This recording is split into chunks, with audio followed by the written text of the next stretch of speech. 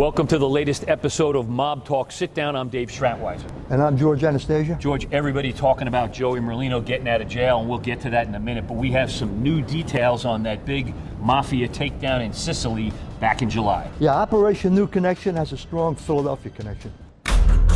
All right, George, Operation New Connection, big takedown, 200 FBI agents and Italian police involved in that. Even supplied some video of the takedowns. Talk to us about it. Yeah, I mean, it's an international operation because there were New York police were involved, the FBI was involved. It's kind of a throwback to all the way back to the pizza connection in the 1970s, 1980s. The Inzerillo clan, which is a Sicilian clan of mafioso, who apparently came to New York in the midst of a mob war in Palermo and in Sicily, where a lot of the Inzerillos were being killed. And they reestablished connections with the Gambino crime family and then have grown out of that to it looks like, again, an international operation involving gambling, involving extortion. The supposition is there's drugs. These guys have always been involved in drugs, but we don't know the specific charges yet. Yeah, there's some wholesale fraud in the wholesale food supplying. Yeah, almost a monopolistic kind of thing, which is, you know, when you think about the way these guys have always operated, you take control of an industry, you control it, no competition, and you dominate it, and that's part of what this was about. Part of it is very entrepreneurial. If you look at it, these guys always establish legitimate businesses. A lot of it is in the food industry or the restaurant industry, the pizza industry, and I think that's what we're seeing again. That's why they're kind of calling it New Connection. It's back to the old pizza connection, I think, in terms of who these guys are, their connections, and what they were about. All right, so let's get to the Philadelphia connection. FBI has confirmed that they did execute a search warrant on South 8th Street in South Philadelphia, and they're apparently looking for Simone Zito at the time, who is still on the loose. They didn't get him, they didn't pick him up, and they executed a search warrant there. I talked to some neighbors right there. We have some video of the location. Neighbors confirmed the FBI was there. And then they arrested his son over in Sicily. Right, and you know, I mean, what we're seeing here, I think, is, again, these guys get involved in illegitimate businesses and then find a way to launder the money or legitimize their incomes. And restaurants, pizzerias, businesses have always been a part of the process, and I think we're seeing that again in this particular case. All right, Zito's son, break him down a little bit for us, if you will. Is it Collegiero? Yes. Or Collegiero? I mean, under arrest over there. Under arrest, and clearly from what we can see, an entrepreneurial kind of guy. Had some businesses here in Philadelphia, talked openly about them, and the businesses were certainly legitimate and seemed to be functioning very well. Yeah, here in Northern Liberties, which is one of the new, not really new, up-and-coming places, right, gentrification going on.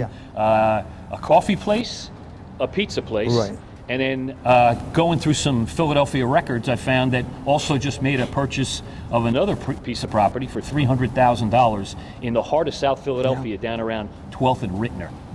Yeah, so I mean, again, what we're talking about is an organization that legitimately or illegitimately gains a lot of income and then finds ways to use that income, put it into businesses. One of the things in this particular case, in terms of what was going on with the bug on a boat in Sicily, they were talking about a property in the Caribbean that Frankie Boy Cali had recently sold. Now, Cali is the Gambino boss who was killed on Staten Island right before this all came down. Exactly. And I think you heard this, that had he been alive, he probably there was some discussion that he probably would have been in part of this case, that kind of situation. So, you know, this has some real interesting tentacles. Those guys are still in jail. Simone Zito is still on the run. It'll be interesting to see kind of how this shakes out. But that meeting on the boat, Collegiero is on that boat.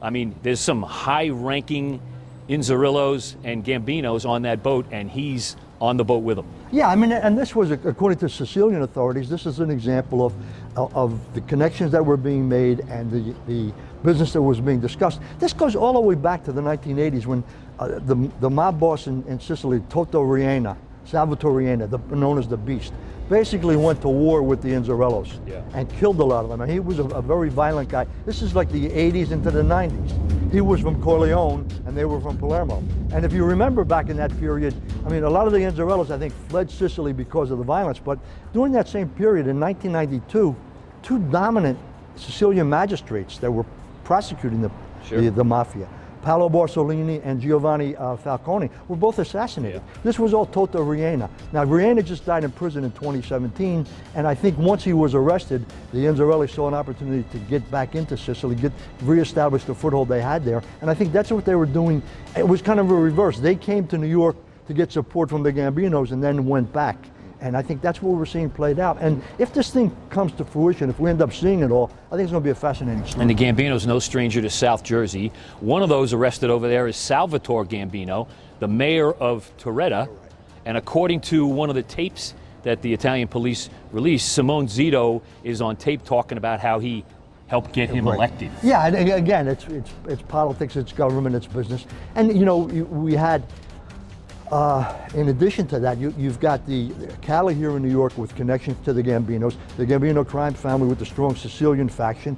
Back in the day, back in when we're talking about the pizza connection, you had Rosario and Giuseppe Gambino at Valentino's in Cherry Hill. So new connection, old connection, it's the same old story. I mean, there was an interesting book written back during the pizza connection era, Last Days of the Sicilians. It was a sexy title, but it wasn't very accurate because they never go away. Let's talk a little bit about the tape that was made in 2010. Mob boss Joe Legambi was there, retired mob boss Joe Legambi, and several of the Inzerillos and Gambinos were at that meeting talking about making guys and who not to make and who to make. We just talked about that recently. Yeah, that's the famous restaurant table, La Griglia. Yeah, and in Kearny, New Jersey. And I mean, there's still a lot of interesting stuff on those tapes. Joe Legambi beat most of the charges that grew out of that. But what that tape showed and what that meeting showed is the interconnections between the different crime families. And at that point, and I think going forward, the Gambino crime family has always had a strong Sicilian faction, and some of the individuals that are now in charge up there, according to authorities, are part of that faction. So the Gambinos could be here kind of with a head nod agreement with the local organized crime figures. They don't mess with their businesses, legitimate businesses. We want to keep emphasizing that. And they kind of have the backing of the Gambinos if they need it. I think if you talk to law enforcement, they would tell you the Gambinos have always been here. Yeah. I mean, and again, it's kind of old school. You stay in the shadows, you make money, you don't make headlines. Yeah, their head's popping out a little bit now, though. You don't call attention to yourself. This kind of undid a lot of that. But yeah, the idea is nobody needs to know who I am. I'm here making money, and I'll go about my business. Yeah, you guys mind your business, too. Yeah, exactly. Yeah. George, it's all about the sit down, so we'll sit down here to talk about Joey Merlino, now out of prison at a halfway house, we believe, in West Palm Beach. Talk about that a little bit. What does that mean here? Well, I mean, Joey's been through this drill a couple times before, so he knows how to handle all of this. It's one step closer to freedom. A little bit surprising how quickly it happened. 10 months out of a 2-year sentence. The new First Step Justice Reform Act gets him to the gate and out the door. And again, it shows how astute they were in terms of taking that deal. Yeah. I mean, you know, 2 years, at one point people saying, well, that's a little bit high for a gambling charge, but in the end of the day, it ends up being 10 months. Yeah. I mean, the question with Joey is always the same, is what's he going to do now once he gets out? First off, he's in a halfway house. Does he have a job? Yeah. What's the job? Who's the job? How did he get the job? Who's that? The feds will be looking at that. Yeah, you get to like 7 a.m. to 7 p.m. to be at work, and then you got to report back. And they also can monitor you. They can also drug test you randomly, drug and alcohol, I believe, back at the facility. So you do have to kind of toe the line here. Yeah, and as I said, Joey's been through this before. He knows the drill. But the thing to watch is, all right, now he's one step out the door. Now when he gets out the door, he's back in Florida, supposedly. What's he going to do legitimately? What's his job going to be? Last time he opened a restaurant. And what is his influence up here? Does he come up here? I doubt it. All of those things are in play again, and it's interesting. I mean, Joey has always been the primary target of the feds here in Philadelphia, and he's been able to bob and weave. Yeah, and he's done a good job of it. I mean, Eddie Jacobs, his lawyer, and John Maringolo, they look pretty smart here taking that deal, and he does 10 months. And he's also got a decision coming on an appeal to maybe get 4 months back. Maybe he could bank that in case anything happens. Well, I mean, that's kind of what it comes down to. You know, wrongly put in jail for 4 months for the last parole violation, and what happens? How does he get that time back? Yeah. It's a legitimate argument. But yeah, I mean, it's interesting. Joey is always going to be the face of the Philadelphia mob, whether he's in Florida, whether he's here. Yeah. And if he's back out on the streets, he's certainly going to attract more attention. We'll see where it all goes. One would hope that he would kind of toe the line here, and you know, he's an entrepreneurial kind of guy, and go the right way. But there's already some speculation about new guys being made and maybe a crew getting put together in Florida, stuff like that. Those are all floating around right now. But right now, Joey's focus is on what it should be, a job, getting through with his sentence and moving on. Yeah. I'm sure he's going to tell you publicly he's moving on. Yeah, I mean, he said that before, and he got jammed up, and we'll see where this goes. He told you that. Yeah, the key with Joey from the federal perspective is follow the money, you know, and that's what they'll be watching going forward. All right, George, some new details on Operation New Connection. We haven't heard the last of this. Yeah, I think it's a new chapter in a very old story, and I think there's a lot more to come. All right, we'll see you next time.